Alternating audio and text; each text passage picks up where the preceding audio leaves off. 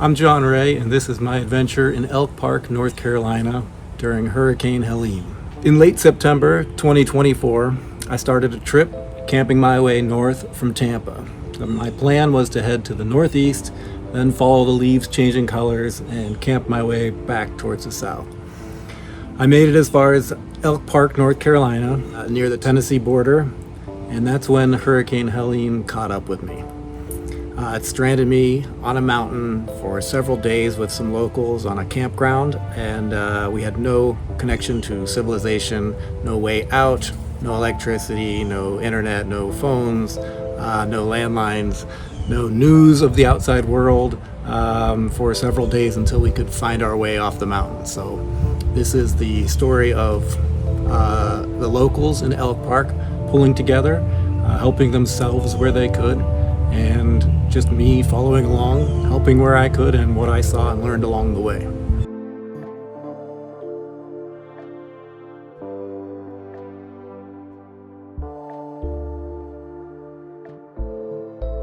On Monday the 23rd, I reached the HideOut campground and pitched my tent at the highest campsite up on the mountain trail. I had a couple of decent nights with minimal rain, but Wednesday night was quite wet. Even with a tarp footprint and another overtop the rainfly, the groundwater was deep enough that it soaked everything on the floor of my tent. Curtis, the camp owner, came by Thursday morning and informed me that the weather report was calling for lots more rain, possibly more than western North Carolina had ever seen. He offered me one of his RVs at the base of the mountain, free of charge, to make sure that I didn't get stranded in the storm. At the time, I thought the rain probably wouldn't be any worse than I'd already seen, but Curtis urged me to move off the mountain in case his driveway bridge washed out in the storm, and that was a good call because that driveway was washed out completely from the debris of the flood, and that would have left me completely stranded, my car up on the mountain probably indefinitely. Luckily, I got most of my things in my car off the mountain as the hurricane approached and the river waters rose under the bridges. The mountain rivers were already maxed out from the steady recent rains. So by Thursday night, they were pretty full and the rivers were ready to crest. Thursday night, I set up in a comfy RV trailer. I had cable TV, Wi-Fi, indoor plumbing, even a couple of rocker recliners. So I felt nice inside, but outside around me, things were not so cozy. The river crested its banks on one side of the field, while water also began rushing down the road on the entrance on the other side of the field. So the river had become two rivers surrounding the trailer I was in, and as the water rush continued to build, it began flowing under the trailer, washing out the bottom of the trailer. It eventually flooded the entire mountainside. We were sitting in the trailers that were on that hillside. We're just sitting in what looked like a moving river of water. The steps of the porch of the trailer that I was in were pulled off. The water was flowing underneath up to about the door level when I opened it up. So there was rushing water close to 2 feet deep. I didn't dare step out at that point. There was nothing to see that I could even get to that was close enough to hold onto or step to grab if I were to try and leave at that point. So I just stayed inside and hoped for the best. Even as the rain continued to pour and the grounds flooded that night, the trailer felt fairly safe until about 3:40 a.m. The power, the internet, the cable lines all ran through a conduit at the bottom of a riverbed, and those were snapped by the flood debris. I was too anxious to sleep, so I was in the middle of watching a Law and Order marathon when everything suddenly went black. For the next few hours in the darkness, I could only hear the sound of rushing water and the occasional log that would bump up against the side of the trailer, reminding me that the flooding water was far from over. I'm glad I was unaware that the RV was only supported by cinder blocks stacked under the axles. That information would not have been reassuring, so it's best that I was in the dark both figuratively and literally on this. By morning light, I was exhausted from sleeping with one ear open. The rain had slowed to a drizzle. However, the water continued to flow under the trailer for hours after the storm, keeping me from exiting until nearly midday. That's when I first wearily scrambled out of the front door to see the damage. While I was awestruck to see that the trailer had lost its fascia and insulation as well as the porch and steps, it wasn't until I started walking further that I saw the scope of the devastation. The driveway bridge Curtis had been worried about was completely gone. What had been 10 or 12 tree trunks across with asphalt on top was now reduced to a single log and a couple cables dangling above the still raging waters. The house, campsites, barns, trails, majority of Curtis's 20 acres, all were up that driveway. All of it was suddenly inaccessible by vehicle for the foreseeable future. Everywhere we looked on the campgrounds, the debris and damage, the washed out drives, the trees blocking roads, all laid testament to Helene's destructive power, but that was only the beginning. We woke Friday only knowing that we had no power, no roads out, and no communication to the outside world. We didn't know how widespread the damage was, if anybody knew that we were cut off, when things might change, or even if the weather might bring more rain. The few of us on Dark Ridge Road assumed we'd be on our own for some time, but probably until we found our own way off the mountain. This assumption turned out to be correct. As we didn't know at the time, this disaster was so widespread, there wouldn't have been enough people to help us out at that time, even if they knew where we were stranded and exactly where we were. There were just too many higher priority emergencies at that point. The people we heard getting evacuated by Black Hawk helicopters were in the middle of 2 washed out bridges, stranded. There were medical emergencies, things like that. We had enough food and water for a few days. We figured we'd eventually get in contact with the outside world and get off the mountain, right? Well, that would be up to us, as I'd soon find out. Once the floodwaters in the camp around the camp subsided enough to see the damage done to the road, Curtis surmised that no vehicle was going to get anywhere on Dark Ridge Road until the cavernous gullies and the boulder piles were at least cleared and smoothed into enough of a road to get his 4x4 truck out.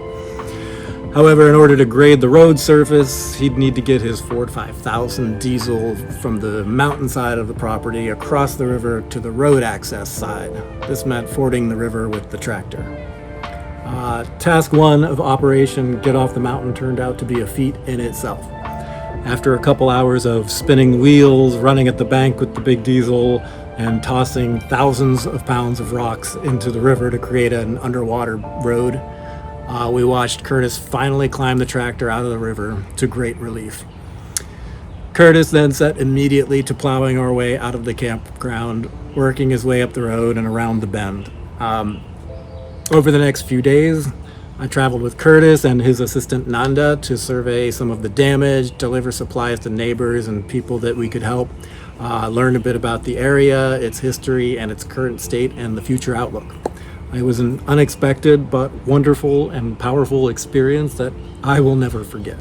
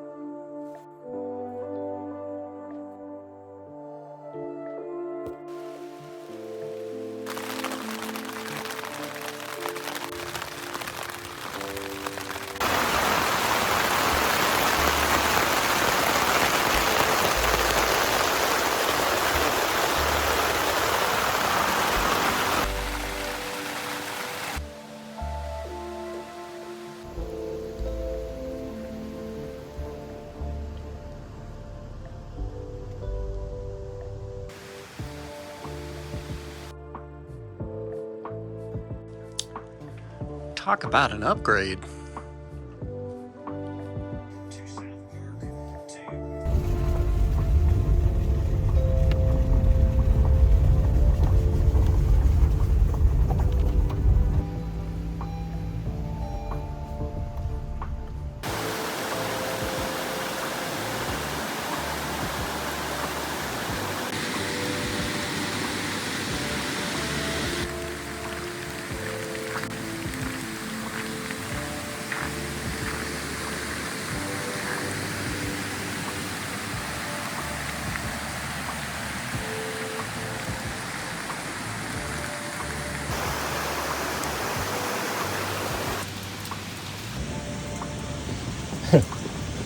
I'm trapped.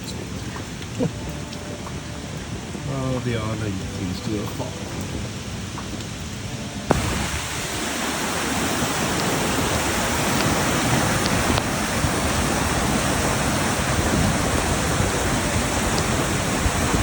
Who knows where that tree came from?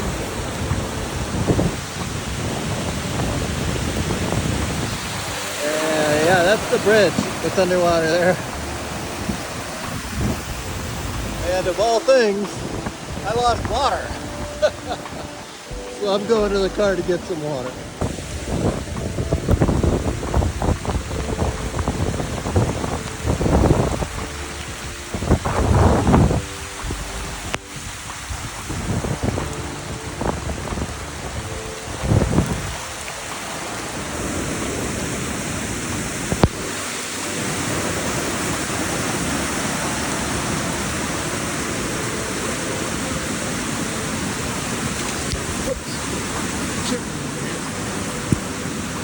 So that crowd is the one who's worried about washing out. That's the driveway up to the rest of the camp. And it is damn near washed.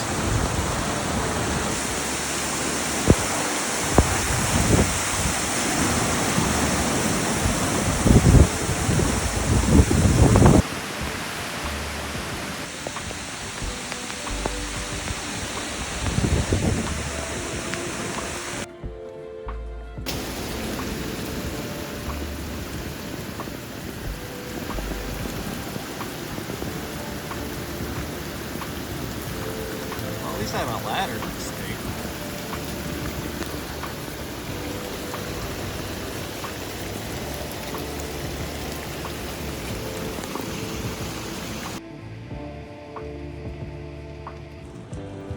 Welcome to life in a storm.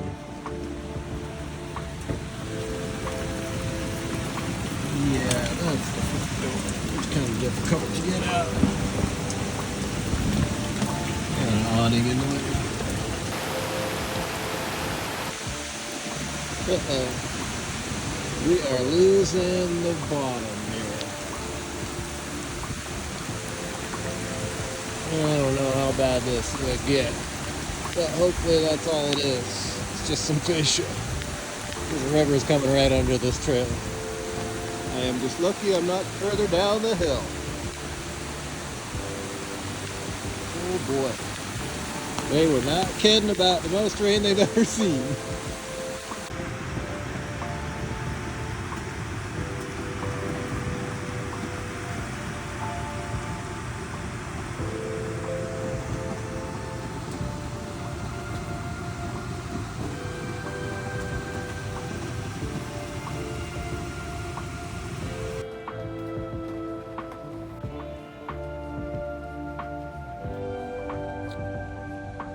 Yeah, I don't think this is an emergency exit anymore.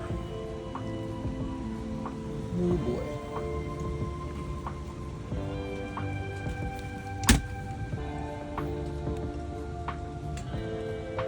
That's under us. And that white piece is part of the siding of the fascia that's peeling off.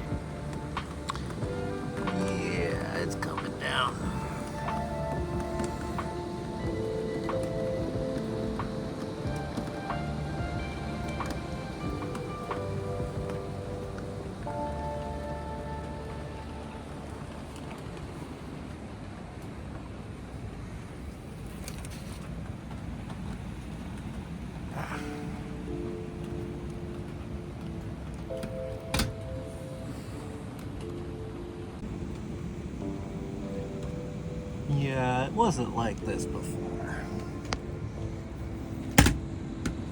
The whole mountain's a river now.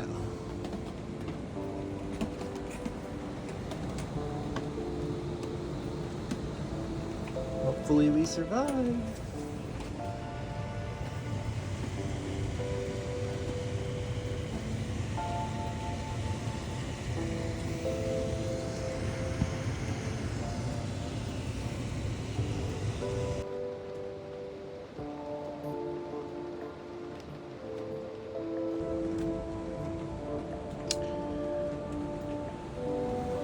Yeah, that's not supposed to be a river.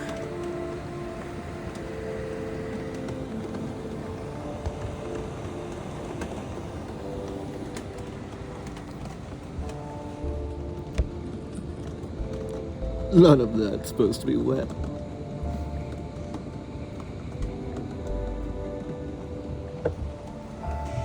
Okay, our 11 a.m. update. The rain is torrential. This entire mountain is flooded. None of this is supposed to be a river, but it is now. It is kind of getting concerning. It's up under this trailer and it's taken off some of the fascia already. And none of that is supposed to be a river. It is really wild.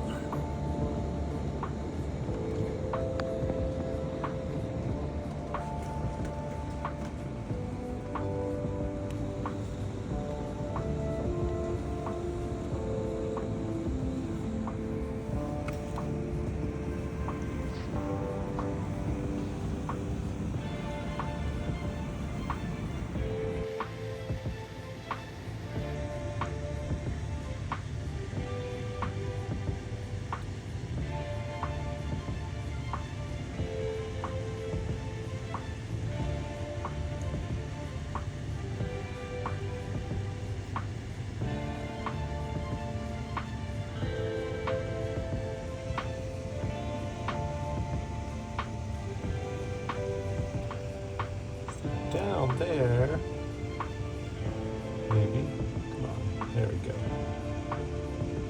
Down there is where the river's supposed to be. None of this is supposed to be wet. Cool. Obviously, no, this is supposed to be a river up here.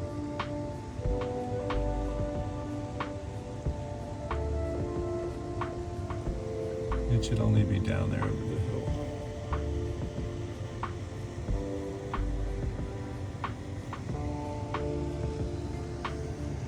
Oh, we're living in it for now.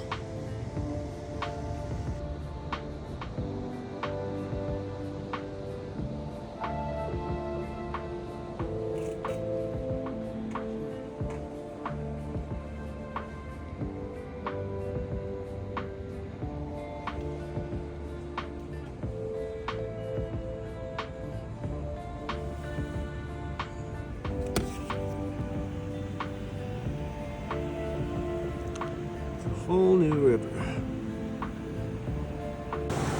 Alright, so problem one was getting the door open.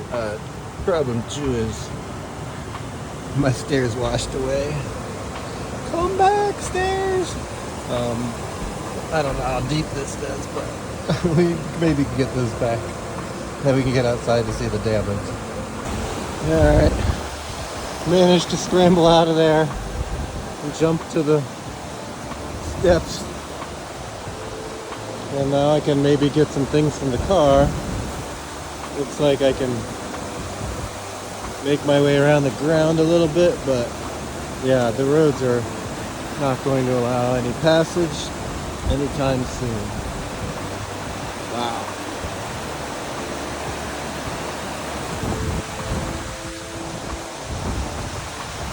Yeah. That's why my stairs disappeared. Giant river behind me. Not normally there. Normally way over there.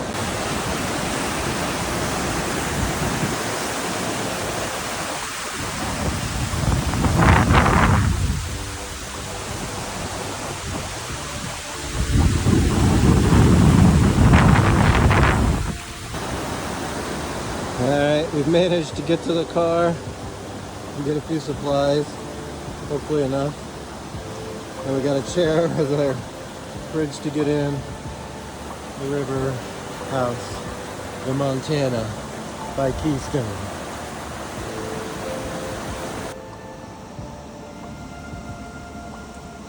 Alright, so currently still flooded. Got some supplies. Got my stuff drying as much as I can. Still living in the river. No idea when that'll let up or if power or water will get turned back on. So got the propane grill and supplies to at least cook for now. Got some battery backup. Should last a little while, and I can even get the solar panels out. I got some out there if I need it. So we shall see.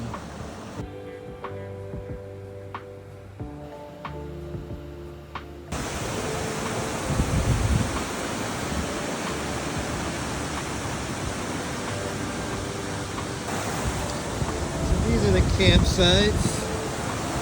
Not normally small creek, goes under this now flooded footbridge.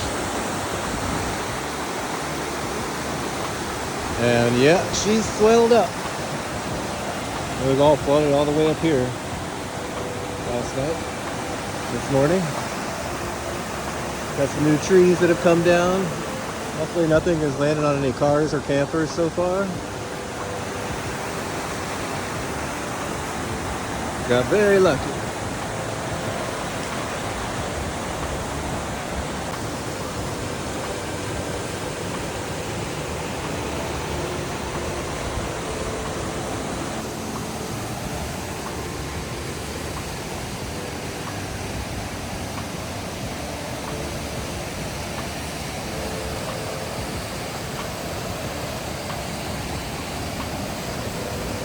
There's Curtis's house up on the hill. Got a generator running up there now.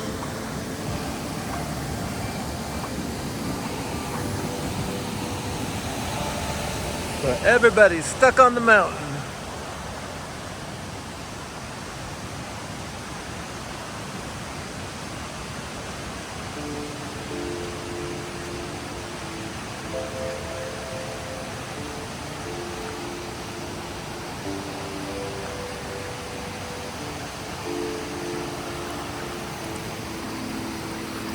A little Montana. Somewhere in the North Carolina mountains. A new river.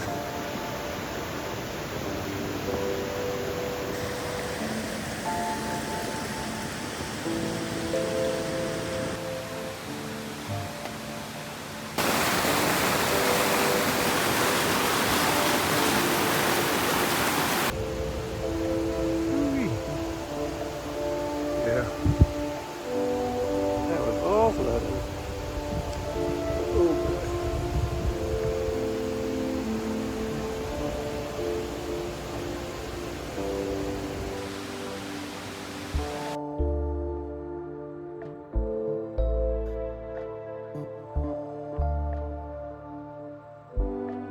So that's the road coming in.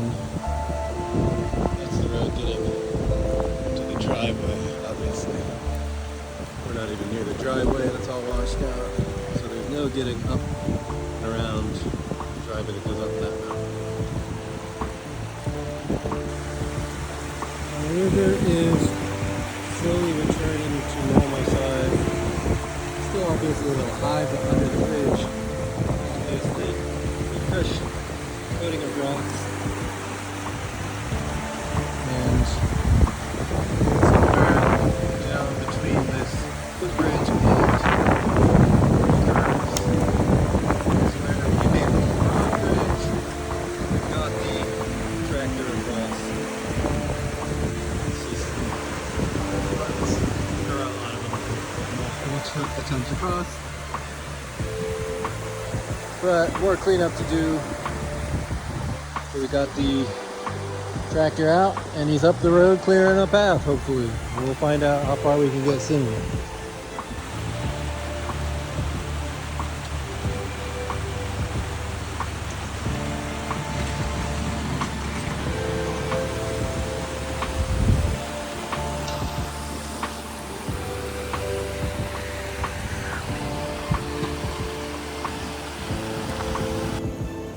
of the road going up the mountain. Parts of it are definitely impassable for my car. Other parts are navigable. I would not want to be stuck up here. And the bridge washed out at the bottom, so if I had been up here, I would not be leaving until that got replaced, at least not with the car. Beautiful mountain farm though. A lot of destruction. Just debris everywhere. This was beautifully kept.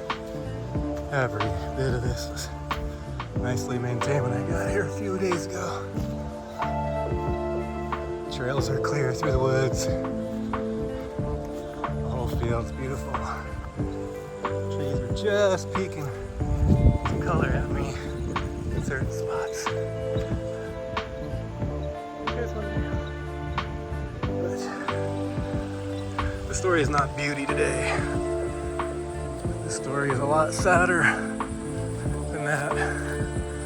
But hopefully it's just the very first chapter of rebuilding and not the end of this place. It would be sad, that's for sure. Further up the trail, yeah, I would not have been driving through there.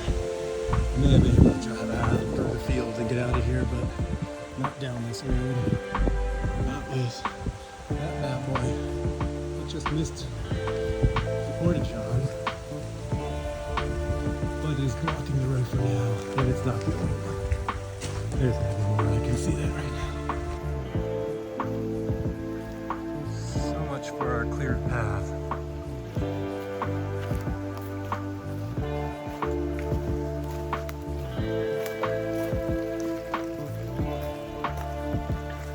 Oh boy.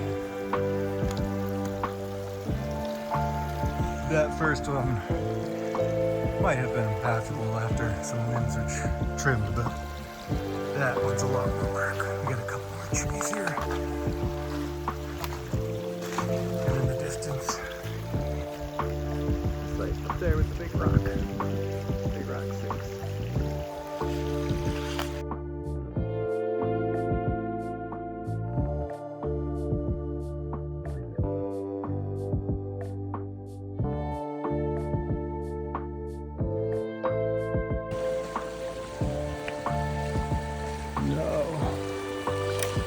This is awful. This is bad. He was not kidding when he said this is gonna take a while to rebuild. I hope so. It was gorgeous when I got here. So we met a couple neighbors up the mountain. They told me about some of the damage they've seen around the bend where their house is. This is the kind of the state of this when I got up here. Still kind of standing and tarp blown off, but stuff's still inside, still sealed. There's a water jug on the ground. My firewood is still there, and probably not that much worse for the wear. That will stay for now. I probably will haul a few pieces of this down and dump them on a trash can maybe on the way down. Let's see what's inside.